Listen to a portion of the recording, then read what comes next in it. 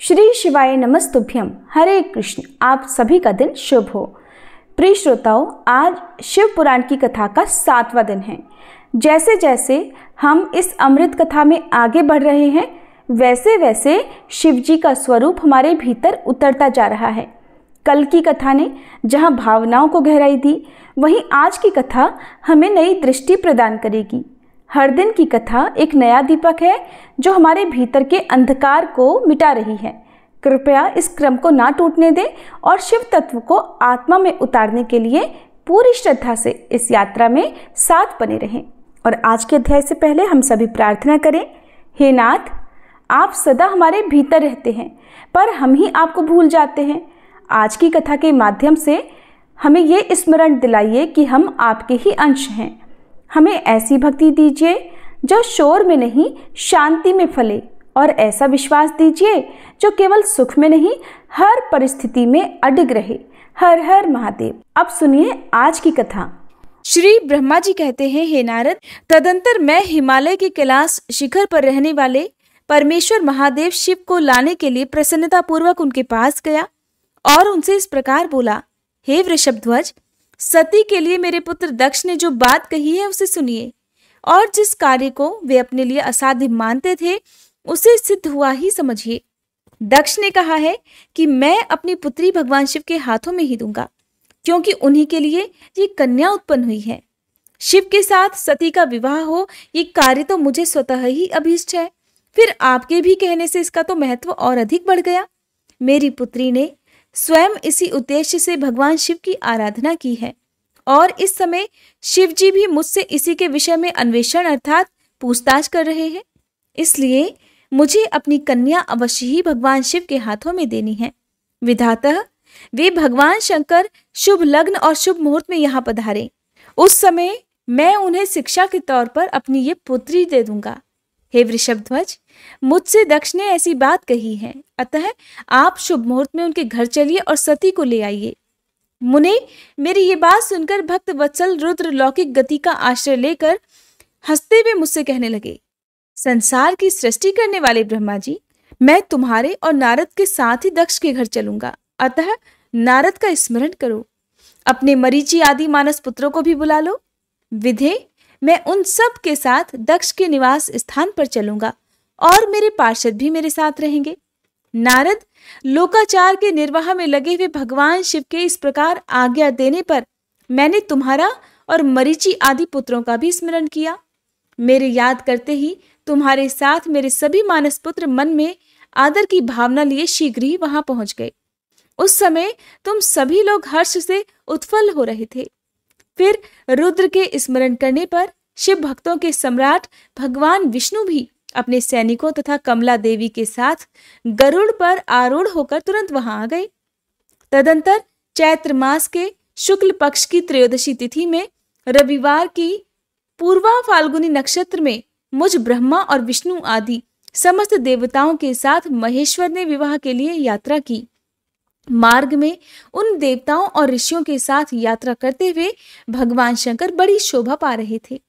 वहां जाते हुए देवताओं, मुनियों तथा आनंद मग्न मन वाले प्रमथ गणों का रास्ते में बड़ा भारी उत्सव हो रहा था। भगवान शिव की इच्छा से वृषभ, व्याघ्र और सर्प, जटा और चंद्रकला आदि सब के सब उनके लिए यथायोग्य आभूषण बन गए। तदंतर वेग से चलने वाले बलवान बलिवर्द नंदिकेश्वर पर आरूढ़ हुए महादेव जी श्री विष्णु आदि देवताओं को अपने साथ लिए क्षण भर में प्रसन्नता पूर्वक दक्ष के घर जा पहुंचे। वहां विनीत चित्त वाले प्रजापति दक्ष ने समस्त आत्मी जनों के साथ भगवान शिव का आदर सत्कार किया। उस समय उनके समस्त अंगों में हर्ष जनित रोमांच हो आया था। स्वयं दक्ष ने अपने द्वार पर आए हुए समस्त देवताओं का सत्कार किया। वे सब लोग सुरश्रेष्ठ शिव को बिठाकर उनके पार्श्व भाग में स्वयं भी मुनियों के साथ क्रमशः बैठ गए। इसके बाद दक्ष ने मुनियों सहित समस्त देवताओं की परिक्रमा की और उन सब के साथ भगवान शिव को घर के भीतर ले आए। उस समय दक्ष के मन में बड़ी प्रसन्नता थी। उन्होंने सर्वेश्वर शिव को उत्तम आसन देकर स्वयं ही विधि पूर्वक उनका पूजन किया। तत्पश्चात श्री विष्णु का, मेरा, ब्राह्मणों का, देवताओं का और समस्त शिव गणों का भी यथोचित विधि से उत्तम भक्ति भाव के साथ पूजन किया। इस तरह पूजनीय पुरुषों तथा अन्य लोगों सहित उन सबका यथोचित आदर सत्कार करके दक्ष ने मेरे मानसपुत्र मरीचि आदि मुनियों के साथ आवश्यक सलाह की। इसके बाद मेरे पुत्र दक्ष ने मुझ पिता से मेरे चरणों में प्रणाम करके प्रसन्नता पूर्वक कहा कि हे प्रभु, आप ही इस वैवाहिक कार्य को संपन्न कराइए। तब मैं भी हर्ष भरे हृदय से बहुत अच्छा कहकर उठा और वह सारा कार्य कराने लगा। तदंतर ग्रहों के बल से युक्त शुभ लग्न और मुहूर्त में दक्ष ने हर्षपूर्वक अपनी पुत्री सती का हाथ भगवान शंकर के हाथों में दे दिया। उस समय हर्ष से भरे हुए भगवान वृषभध्वज ने भी वैवाहिक विधि से सुंदर दक्ष कन्या का पाणी ग्रहण किया। फिर मैंने, श्री हरि ने, तुम तथा अन्य मुनियों ने, देवताओं और प्रमथ गणों ने भगवान शिव को प्रणाम किया और सब ने नाना प्रकार की स्तुतियों द्वारा उन्हें संतुष्ट किया। उस समय नाच गान के साथ महान उत्सव मनाया गया। समस्त देवताओं और मुनियों को बड़ा आनंद प्राप्त हुआ। भगवान शिव के लिए कन्यादान करके मेरे पुत्र दक्ष कृतार्थ हो गए। शिवा और शिव प्रसन्न हुए तथा सारा संसार मंगल का निकेतन बन गया। श्री ब्रह्मा जी कहते हैं कि हे नारद, कन्यादान करके दक्ष ने भगवान शंकर को नाना प्रकार की वस्तुएं उपहार में दी। ये सब करके वे बड़े प्रसन्न हुए। फिर उन्होंने ब्राह्मणों को भी नाना प्रकार के धन बांटे। तत्पश्चात लक्ष्मी सहित भगवान विष्णु शंभु के पास आकर हाथ जोड़कर खड़े हो गए और इस प्रकार कहने लगे कि देवाधिदेव महादेव, हे दया के सागर प्रभो, हे तात, आप संपूर्ण जगत के पिता हैं और सती देवी सबकी माता हैं। आप दोनों सत्पुरुषों के कल्याण तथा दुष्टों के दमन के लिए सदा लीला पूर्वक अवतार ग्रहण करते हैं। ये सनातन श्रुति का कथन है।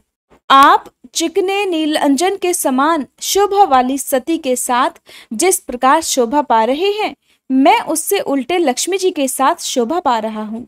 अर्थात सती नीलवर्णा तथा आप गौरवर्ण हैं, उससे उल्टे मैं नीलवर्ण तथा लक्ष्मी गौरवर्णा है। हे नारद, इस प्रकार मैं देवी सती के पास आकर ग्रह सूत्रोक्त विधि से विस्तार पूर्वक सारा अग्नि कार्य कराने लगा। मुझ आचार्य तथा ब्राह्मणों की आज्ञा से शिवा और शिव ने बड़े हर्ष के साथ विधि पूर्वक अग्नि की परिक्रमा की। उस समय वहां बड़ा अद्भुत उत्सव सजाया गया। गाजे बाजे और नृत्य के साथ होने वाला वह उत्सव सबको बड़ा सुखद जान पड़ा। इसके बाद भगवान विष्णु बोले कि हे सदाशिव, मैं आपकी आज्ञा से यहाँ शिव तत्व का वर्णन करता हूँ। समस्त देवता तथा दूसरे दूसरे मुनि अपने मन को एकाग्र करके इस विषय को सुने। हे भगवान, आप प्रधान और अप्रधान अर्थात प्रकृति और उससे अतीत हैं। आपके अनेक भाग हैं, फिर भी आप भाग रहित हैं। ज्योतिर्मय स्वरूप वाले आप परमेश्वर के ही हम तीनों देवता अंश हैं। आप कौन, मैं कौन और ब्रह्मा कौन है? आप परमात्मा के ही ये तीन अंश हैं जो सृष्टि, पालन और संहार करने के कारण एक दूसरे से भिन्न भिन्न प्रतीत होते हैं। आप अपने स्वरूप का चिंतन कीजिए। आपने स्वयं ही लीला पूर्वक शरीर धारण किया है। आप निर्गुण ब्रह्म रूप से एक हैं। आप ही सगुण ब्रह्म हैं और हम ब्रह्मा, विष्णु तथा रुद्र तीनों आपके अंश हैं। जैसे एक ही शरीर के भिन्न भिन्न अवयव मस्तक, ग्रीवा आदि नाम धारण करते हैं, तथापि उस शरीर से भी वे भिन्न नहीं होते, उसी प्रकार हम तीनों अंश आप परमेश्वर के ही अंग हैं, जो ज्योतिर्मय आकाश के समान सर्वव्यापी और निर्लेप स्वयं ही अपना धाम, पुराण, कूटस्थ, अव्यक्त, अनंत, नित्य तथा दीर्घ आदि विशेषणों से रहित निर्विशेष ब्रह्म है। वही आप शिव हैं, अतः आप ही सब कुछ हैं। श्री ब्रह्मा जी कहते हैं, हे मुनीश्वर, भगवान विष्णु की ये बात सुनकर महादेव जी बड़े प्रसन्न हुए। तदंतर उस विवाह यज्ञ के स्वामी अर्थात यजमान परमेश्वर शिव प्रसन्न होकर लौकिकी गति का आश्रय लेकर हाथ जोड़कर खड़े हुए मुझ ब्रह्मा से प्रेम पूर्वक कहने लगे। शिव जी ने कहा, हे ब्राह्मण, आपने सारा वैवाहिक कार्य अच्छी तरह संपन्न करा दिया। अब मैं प्रसन्न हूँ। आप मेरे आचार्य हैं, बताइए आपको क्या दक्षिणा दूं? हे सुरज्येष्ठ, आप उस दक्षिणा को मांगिए। महाभाग, यदि वह अत्यंत दुर्लभ हो तो भी उसे शीघ्र कहिए, मुझे आपके लिए कुछ भी अदेय नहीं है। हे मुने, भगवान शंकर का वह वचन सुनकर मैं हाथ जोड़कर विनीत चित्त से उन्हें बारंबार प्रणाम करके बोला, हे देवेश, यदि आप प्रसन्न हो और महेश्वर, यदि मैं वर पाने के योग्य हूं तो प्रसन्नता पूर्वक जो बात कहता हूं उसे आप पूर्ण कर दीजिए। महादेव, आप इसी रूप में इसी वेदी पर सदा विराजमान रहें, जिससे आपके दर्शन से मनुष्यों के पाप धुल जाएं। हे चंद्रशेखर, आपका सानिध्य होने से मैं इस वेदी के समीप आश्रम बनाकर तपस्या करूं, और यही मेरी अभिलाषा है। चैत्र के शुक्ल पक्ष की त्रयोदशी को पूर्वा फाल्गुनी नक्षत्र में रविवार के दिन इस भूतल पर जो मनुष्य भक्ति भाव से आपका दर्शन करे, उसके सारे पाप तत्काल नष्ट हो जाएं, विपुल पुण्य की वृद्धि हो और समस्त रोगों का सर्वथा नाश हो जाए। जो नारी दुर्भागा, बंध्या, कानी अथवा रूपहीना हो, वह भी आपके दर्शन मात्र से ही अवश्य निर्दोष हो जाए। मेरी यह बात उनकी आत्मा को सुख देने वाली थी। इसे सुनकर भगवान शिव ने बड़े प्रसन्न होकर कहा, हे विधाता, ऐसा ही होगा। मैं तुम्हारे कहने से संपूर्ण जगत के हित के लिए अपनी पत्नी सती के साथ इसी वेदी पर सुस्थिर भाव से स्थित रहूंगा। ऐसा कहकर पत्नी सहित भगवान शिव अपनी अंश रूपिणी मूर्ति को प्रकट करके वेदी के मध्य भाग में विराजमान हो गए। तत्पश्चात स्वजनों पर स्नेह रखने वाले परमेश्वर शंकर दक्ष से विदा लेकर अपनी पत्नी सती के साथ कैलाश जाने को तैयार हुए। उस समय उत्तम बुद्धि वाले दक्ष ने विनय से मस्तक झुकाकर हाथ जोड़कर भगवान वृषभध्वज की प्रेम पूर्वक स्तुति की। फिर श्री विष्णु आदि समस्त देवताओं, मुनियों और शिवगणों ने नमस्कार पूर्वक नाना प्रकार की स्तुति करके बड़े आनंद से जय जयकार किया। तदंतर दक्ष की आज्ञा से भगवान शिव ने प्रसन्नता पूर्वक सती को वृषभ की पीठ पर बिठाया और स्वयं भी उसी पर आरूढ़ होकर वे प्रभु हिमालय पर्वत की ओर चले। भगवान शंकर के समीप वृषभ पर बैठी हुई सुंदर दांत और मनोहर हास वाली सती अपने नील श्याम वर्ण के कारण चंद्रमा में नीली रेखा के समान शोभा पा रही थी।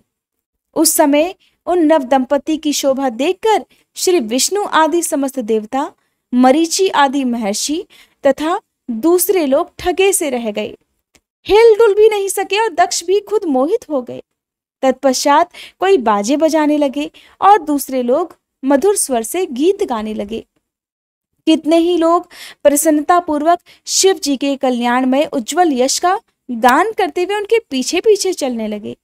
भगवान शंकर ने बीच रास्ते से दक्ष को प्रसन्नता पूर्वक वापस लौटा दिया और स्वयं प्रेमाकुल होकर प्रमथ गणों के साथ अपने धाम को जा पहुंचे।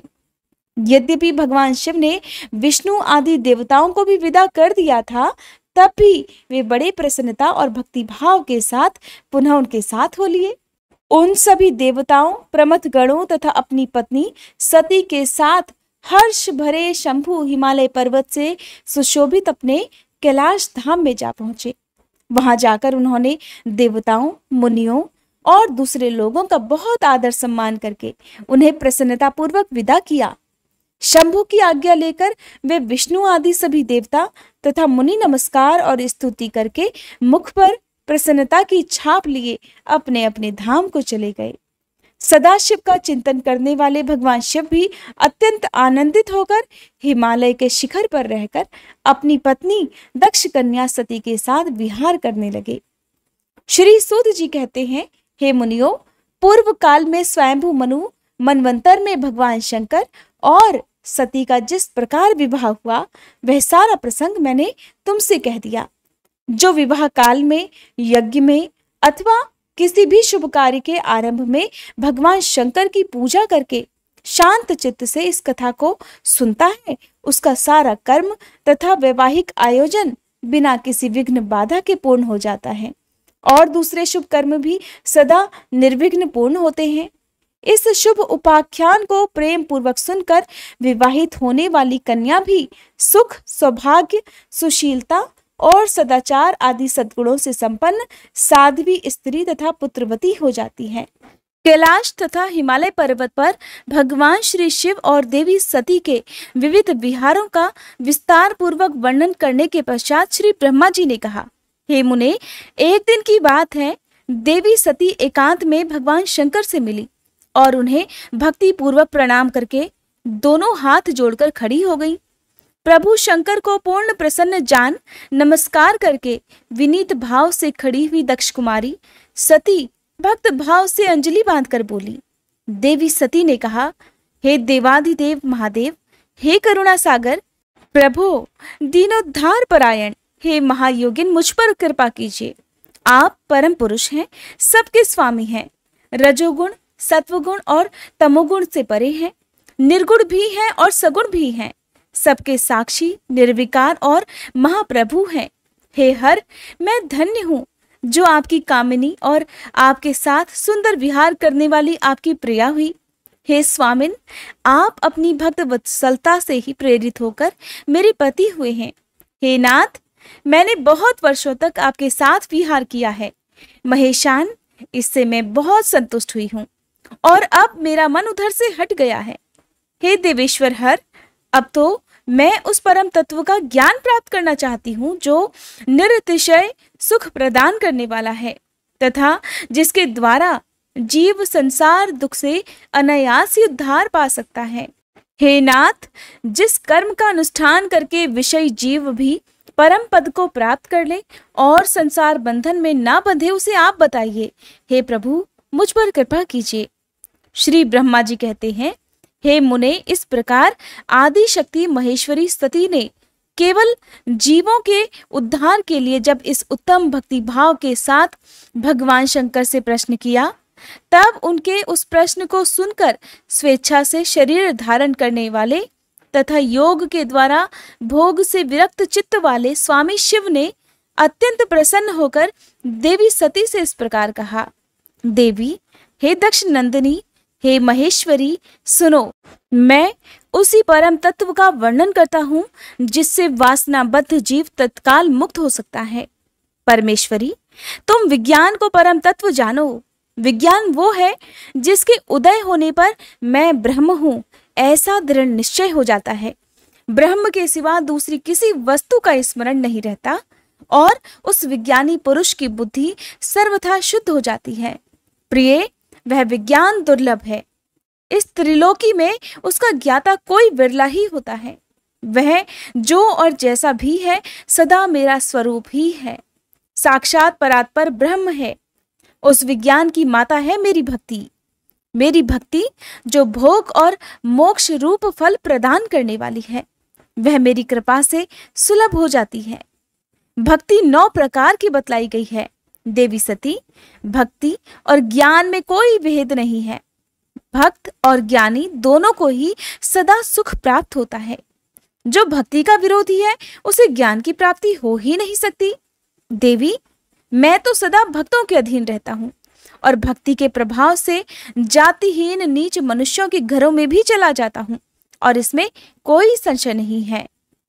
हे देवी, वह भक्ति 2 प्रकार की है, सगुणा और निर्गुणा, जो वैधि अर्थात शास्त्र विधि से प्रेरित हो और स्वाभाविकी अर्थात हृदय के सहज अनुराग से प्रेरित भक्ति होती है, वह श्रेष्ठ है। और इससे भिन्न जो कामना मूलक भक्ति होती है वह निम्न कोटि की मानी गई है। पूर्वोक्त सगुणा और निर्गुणा ये दोनों प्रकार की भक्तियां नैष्ठिकी और अनैष्ठिकी के भेद से 2 भेद वाली हो जाती हैं। नैष्ठिकी भक्ति 6 प्रकार की जाननी चाहिए और अनैष्ठिकी 1 ही प्रकार की कही गई है।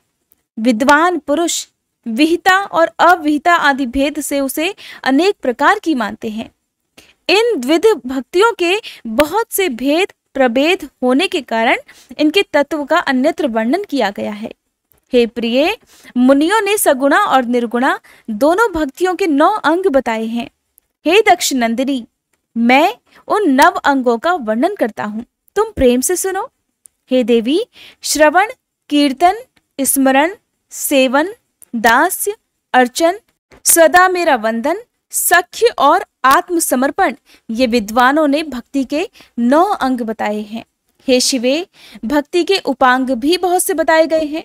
हे देवी, अब तुम मन लगाकर मेरी भक्ति के पूर्वोक्त 9 अंगों के पृथक पृथक लक्षण भी सुनो। वे लक्षण भोग और मोक्ष प्रदान करने वाले हैं। जो स्थिर आसन से बैठकर तन मन आदि से मेरी कथा कीर्तन आदि का नित्य सम्मान करता हुआ प्रसन्नता पूर्वक अपने श्रवण पुटों से उसके अमृतोपम रस का पान करता है, उसके इस साधन को श्रवण कहते हैं, अर्थात सुनना कहते हैं। और जो हृदयाकाश के द्वारा मेरे दिव्य जन्म कर्मों का चिंतन करता हुआ प्रेम से वाणी द्वारा उसका उच्च स्वर से उच्चारण करता है, उसके इस भजन साधन को कीर्तन कहते हैं। देवी, मुझ नित्य महेश्वर को सदा और सर्वत्र व्यापक जानकर जो संसार में निरंतर निर्भय रहता है, उसी को स्मरण कहा गया है। अरुणोदय से लेकर हर समय सेव्य की अनुकूलता का ध्यान रखते हुए हृदय और इंद्रियों से जो निरंतर सेवा की जाती है, वही सेवन नामक भक्ति है। अपने को प्रभु का किंकर समझकर हृदयामृत के भोग से स्वामी का सदा प्रिय संपादन करना दास्य कहा गया है। अपने धन वैभव के अनुसार शास्त्रीय विधि से मुझ परमात्मा को सदा पाद्य आदि 16 उपचारों का जो समर्पण करना है, उसे अर्चन कहते हैं। मन से, ध्यान और वाणी से वंदनात्मक मंत्रों के उच्चारण पूर्वक 8 अंगों से भूतल का स्पर्श करते हुए जो इष्ट देव को नमस्कार किया जाता है, उसे वंदन कहते हैं। ईश्वर मंगल या अमंगल जो कुछ भी करता है, वह सब मेरे मंगल के लिए ही है, ऐसा दृढ़ विश्वास रखना सख्य भक्ति का लक्षण है। देह आदि जो कुछ भी अपनी कही जाने वाली वस्तु है, वह सब भगवान की प्रसन्नता के लिए उन्हीं को समर्पित करके अपने निर्वाह के लिए भी कुछ बचाकर ना रखना अथवा निर्वाह की चिंता से भी रहित हो जाना आत्मसमर्पण कहलाता है। ये मेरी भक्ति के 9 अंग हैं जो भोग और मोक्ष प्रदान करने वाले हैं। इनसे ज्ञान का प्राकट्य होता है और ये सब साधन मुझे अत्यंत प्रिय हैं।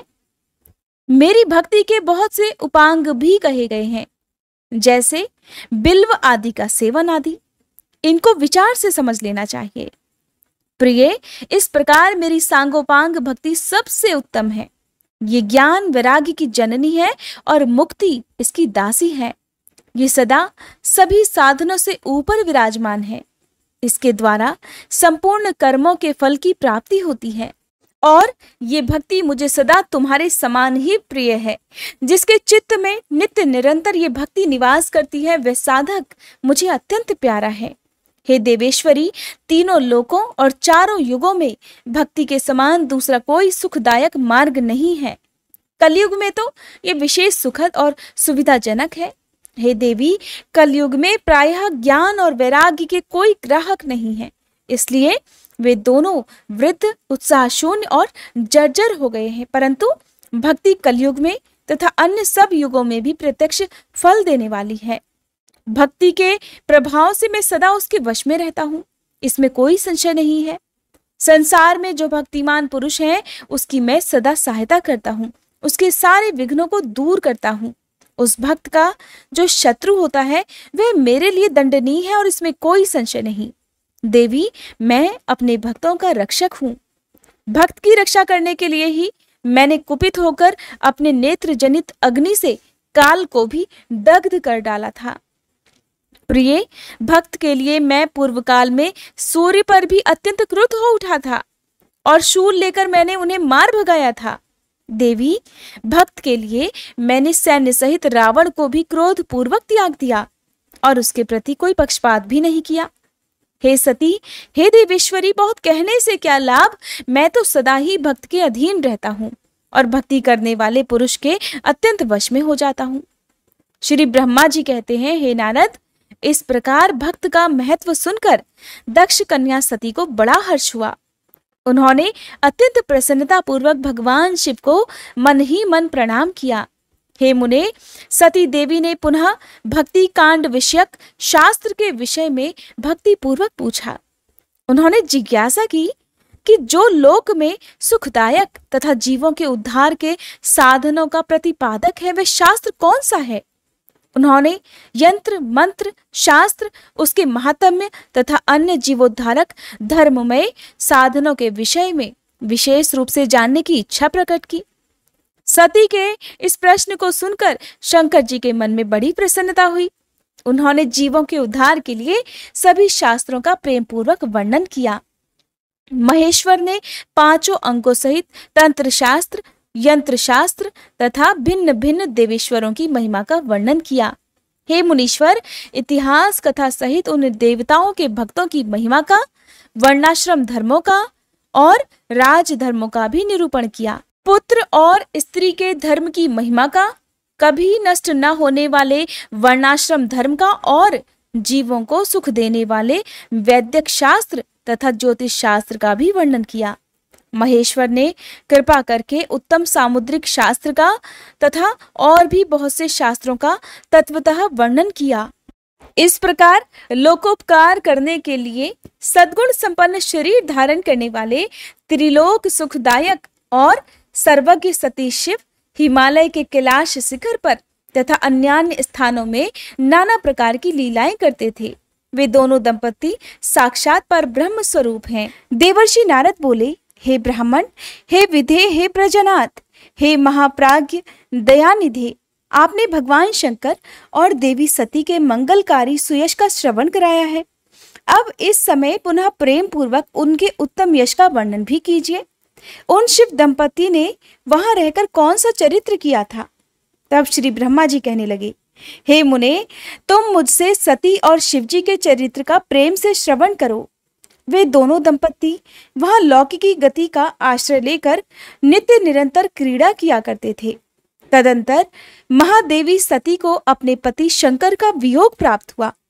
ऐसा कुछ श्रेष्ठ बुद्धिमान वाले विद्वानों का कथन है, परंतु हे मुने, वास्तव में उन दोनों का परस्पर वियोग कैसे हो सकता है?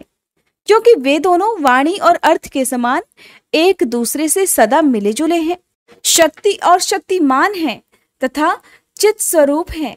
फिर भी उनमें लीला विषयक रुचि होने के कारण वह सब कुछ संगठित हो सकता है। सती और शिव यद्यपि ईश्वर हैं, तब भी लौकिक रीति का अनुसरण करके वे जो जो लीलाएं करते हैं वे सब संभव हैं। दक्ष कन्या सती ने जब देखा कि मेरे पति ने मुझे त्याग दिया है, तब वे अपने पिता दक्ष के यज्ञ में गईं और वहां भगवान शंकर का अनादर देखकर उन्होंने अपने शरीर को त्याग दिया। वे ही सती पुनः हिमालय के घर पार्वती के नाम से प्रकट हुई और बड़ी भारी तपस्या करके उन्होंने विवाह के द्वारा पुनः भगवान शिव को प्राप्त कर लिया। श्री सूत जी कहते हैं, हे महर्षियों, ब्रह्मा जी की ये बात सुनकर नारद जी ने विधाता से शिवा और शिव के महान यश के विषय में इस प्रकार पूछा। देवर्षि नारद बोले, हे महाभाग विष्णु शिष्य, हे विधाता, आप मुझे शिवा और शिव के भाव तथा आचार से संबंध रखने वाले उनके चरित्र को विस्तार पूर्वक सुनाइए। हे तात, भगवान शंकर ने अपने प्राणों से भी प्यारी धर्मपत्नी सती का किस लिए त्याग किया? ये घटना तो मुझे बड़ी विचित्र जान पड़ती है, अतः इसे आप अवश्य कहिए। हे विधाता, आपके पुत्र दक्ष के यज्ञ में भगवान शिव का अनादर कैसे हुआ और वहां पिता के यज्ञ में जाकर देवी सती ने अपने शरीर का त्याग किस प्रकार किया? उसके बाद वहां क्या हुआ? भगवान महेश्वर ने क्या किया? ये सब बातें मुझसे कहिए। इन्हें सुनने के लिए मेरे मन में बड़ी श्रद्धा है। तब श्री ब्रह्मा जी ने कहा, मेरे पुत्रों में श्रेष्ठ महाप्राज्ञ तात नारद, तुम महर्षियों के साथ बड़े प्रेम से भगवान चंद्रमौली का ये चरित्र सुनो। श्री विष्णु आदि देवताओं से सेवित पर ब्रह्म महेश्वर को नमस्कार करके मैं उनके महान अद्भुत चरित्र का वर्णन आरंभ करता हूँ। हे मुने, ये सब भगवान शिव की लीला ही है। वे प्रभु तो अनेक प्रकार की लीलाएं करने वाले स्वतंत्र और निर्विकार हैं।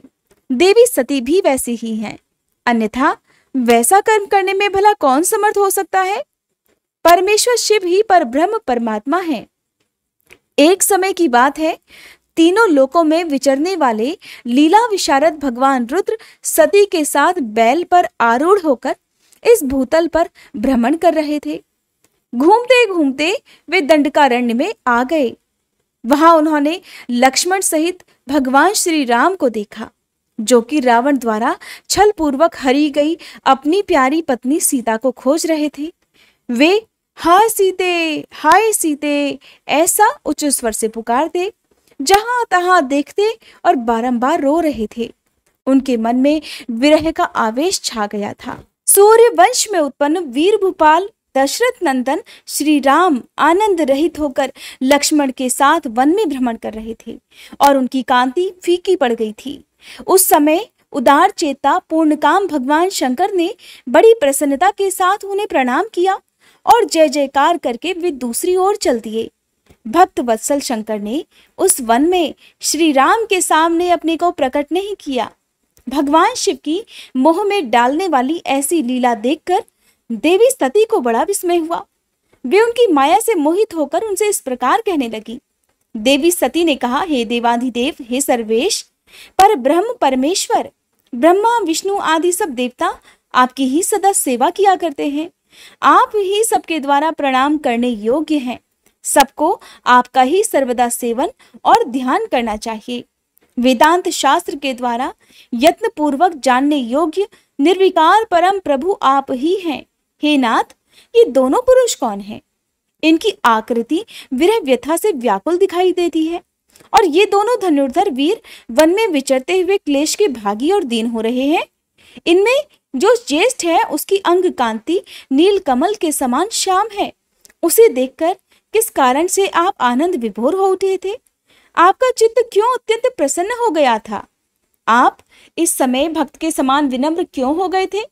हे स्वामिन, हे कल्याणकारी शिव, आप मेरे संशय को सुनिए। हे प्रभो, सेव्य स्वामी अपने सेवक को प्रणाम करे, ये उचित नहीं जान पड़ता। तब ब्रह्मा जी कहते हैं, हे नारद, कल्याणमयी परमेश्वरी आदिशक्ति देवी सती ने शिव जी की माया के वशीभूत होकर जब भगवान शिव से इस प्रकार प्रश्न किया, तब सती जी की वह बात सुनकर लीला विशारद परमेश्वर शंकर हंसकर उनसे इस प्रकार कहने लगे, देवी सुनो, मैं प्रसन्नता पूर्वक यथार्थ बात कहता हूं, इसमें छल नहीं है। वरदान के प्रभाव से ही मैंने इन्हें आदर पूर्वक प्रणाम किया है। हे प्रिय, ये दोनों भाई वीरों द्वारा सम्मानित हैं। इनके नाम है श्री राम और लक्ष्मण। इनका प्राकट्य सूर्य वंश में हुआ है। ये दोनों राजा दशरथ के विद्वान पुत्र हैं। इनमें जो गोरे रंग के छोटे बंधु हैं, वे साक्षात शेष के अंश हैं। उनका नाम लक्ष्मण है और इनके बड़े भैया का नाम श्री राम है। इनके रूप में भगवान विष्णु ही अपने संपूर्ण अंश से प्रकट हुए हैं। उपद्रव इनसे सदा दूर रहते हैं। ये साधु पुरुषों की रक्षा और हम लोगों के कल्याण के लिए इस पृथ्वी पर अवतीर्ण हुए हैं। ऐसा कहकर सृष्टिकर्ता भगवान शंभु शांत हो गए। भगवान शिव की ऐसी बात सुनकर भी सती के मन को इस पर विश्वास नहीं हुआ। क्यों न हो, भगवान शिव की माया बड़ी प्रबल है और वह संपूर्ण त्रिलोकी को मोह में डाल देने वाली है। सती के मन में मेरी बात पर विश्वास नहीं है, ये जानकर लीला विशारद प्रभु सनातन शंभु यों बोले, देवी मेरी बात सुनो। यदि तुम्हारे मन में मेरे कथन पर विश्वास ही नहीं है तो तुम वहां जाकर अपनी ही बुद्धि से श्री राम की परीक्षा कर लो। हे प्यारी सती, जिस प्रकार तुम्हारा मोह या भ्रम नष्ट हो जाए तुम वो करो। तुम वहां जाकर परीक्षा लो। तब तक मैं इस बरगद के नीचे खड़ा हुआ हूँ। ब्रह्मा जी कहते हैं, हे नारद, भगवान शिव की आज्ञा से ईश्वरी सती वहां गई और मन ही मन ये सोचने लगी कि मैं वनचारी राम की परीक्षा कैसे लूं। अच्छा, मैं सीता का रूप धारण करके राम के पास चलूं। यदि राम साक्षात विष्णु है तब तो सब कुछ जान लेंगे, अन्यथा वे मुझे नहीं पहचानेंगे। ऐसा विचार सती सीता बनकर श्री राम के समीप उनकी परीक्षा लेने के लिए गई। वास्तव में वे मोह में पड़ गई थी। सती को सीता के रूप में सामने आई देख शिव शिव का जाप करते हुए रघुकुल नंदन श्री राम सब कुछ जान गए और हंसते हुए उन्हें नमस्कार करके बोले, सती जी, आपको नमस्कार है। आप प्रेम पूर्वक बताएं, भगवान शंभु कहाँ गए हैं? आप पति के बिना अकेले ही इस वन में क्यों कर आई? देवी, आपने अपना रूप त्याग कर किसके लिए ये नूतन रूप धारण किया है? मुझ पर कृपा करके इसका कारण बताइए। श्री रामचंद्र जी की बात सुनकर सती जी उस समय आश्चर्यचकित हो गईं। वे शिव जी की कही हुई बात का स्मरण करके उसे यथार्थ समझकर बहुत लज्जित हुई। श्री राम को साक्षात विष्णु जान अपने रूप को प्रकट करके मन ही मन भगवान शिव के चरणार बिंदों का चिंतन कर प्रसन्न हुई सती ने उनसे इस प्रकार कहा, हे रघुनंदन, स्वतंत्र परमेश्वर भगवान शिव मेरे तथा अपने पार्षदों के साथ पृथ्वी पर भ्रमण करते हुए इस वन में आ गए थे। यहाँ उन्होंने सीता की खोज में लगे हुए लक्ष्मण सहित तुम्हें देखा। उस समय सीता के लिए तुम्हारे मन में बड़ा क्लेश था और तुम विरह शोक से पीड़ित दिखाई देते थे। उस अवस्था में तुम्हें प्रणाम करके वे चले गए और उस वट वृक्ष के नीचे अभी भी खड़े हैं। भगवान शिव बड़े आनंद के साथ तुम्हारे वैष्णव रूप की उत्कृष्ट महिमा का गान कर रहे थे। यद्यपि उन्होंने तुम्हें चतुर्भुज विष्णु के रूप में नहीं देखा, तो भी तुम्हारा दर्शन करते ही आनंद विभोर हो गए। इस निर्मल रूप की ओर देखते हुए उन्हें बड़ा आनंद प्राप्त हुआ। इस विषय में मेरे पूछने पर भगवान शंभु ने जो बात कही उसे सुनकर मेरे मन में तो भ्रम उत्पन्न हो गया। अतः हे राघवेंद्र, मैंने उनकी आज्ञा लेकर तुम्हारी परीक्षा ली है। हे श्री राम, अब मुझे ज्ञात हो गया है कि तुम साक्षात विष्णु हो। तुम्हारी सारी प्रभुता मैंने अपनी आंखों से देख ली। अब मेरा संशय दूर हो गया। तो भी महामते, तुम मेरी बात सुनो। मेरे सामने ये सच सच बताओ कि तुम भगवान शिव के भी बंधनी कैसे हो गए। मेरे मन में यही एक संदेह, इसे निकाल दो और शीघ्र ही मुझे पूर्ण शांति प्रदान करो। देवी सती के ये वचन सुनकर श्री राम के नेत्र प्रफुल्ल कमल के समान खिल उठे। उन्होंने मन ही मन अपने प्रभु भगवान शिव का स्मरण किया। इससे उनके हृदय में प्रेम की बाढ़ आ गई। मुने आज्ञा न होने के कारण वे सती के साथ भगवान शिव के निकट नहीं गए और मन ही मन उनकी महिमा का वर्णन करके श्री रघुनाथ जी ने देवी सती से कहना प्रारंभ किया। भगवान श्री राम ने देवी सती से जो कुछ भी कहा उसका वर्णन आप आने वाले अध्याय में सुनेंगे। जय भोलेनाथ। आज के अध्याय में बस इतना ही। इसके आगे की कथा आप सभी कल के अध्याय में जरूर सुनिएगा। आइए अब हम सभी सच्चे मन से भगवान शिव से क्षमा प्रार्थना करें। हे भोलेनाथ, अगर इस कथा के श्रवण, वाचन या स्मरण के दौरान हमारे मन, वाणी या कर्म से कोई भी त्रुटि हो गई हो तो हम आपसे हाथ जोड़कर प्रार्थना करते हैं, कृपया हमें क्षमा करें। प्रभु, हमारी समझ सीमित है परंतु श्रद्धा असीम है। अगर किसी पवित्र प्रसंग को हमने अधूरा समझा, अधूरा सुना या फिर किसी दिव्यता को पूरी तरह व्यक्त नहीं कर सके तो ये केवल हमारी अल्प बुद्धि है। उसकी दोषिता हमारी नहीं बल्कि हमारी अवस्था की है। आप तो दयालु हैं, कृपामय हैं, भक्तों के हर अपराध को क्षमा कर देने वाले हैं। हे भोलेनाथ, हमारी इस भक्ति यात्रा को स्वीकार करें और हमारे दोषों को नष्ट करके हमें अपनी शरण में रखें। हे नीलकंठ, इस अध्याय को आपने ही आरंभ करवाया और आप ही इसे पूर्ण करें।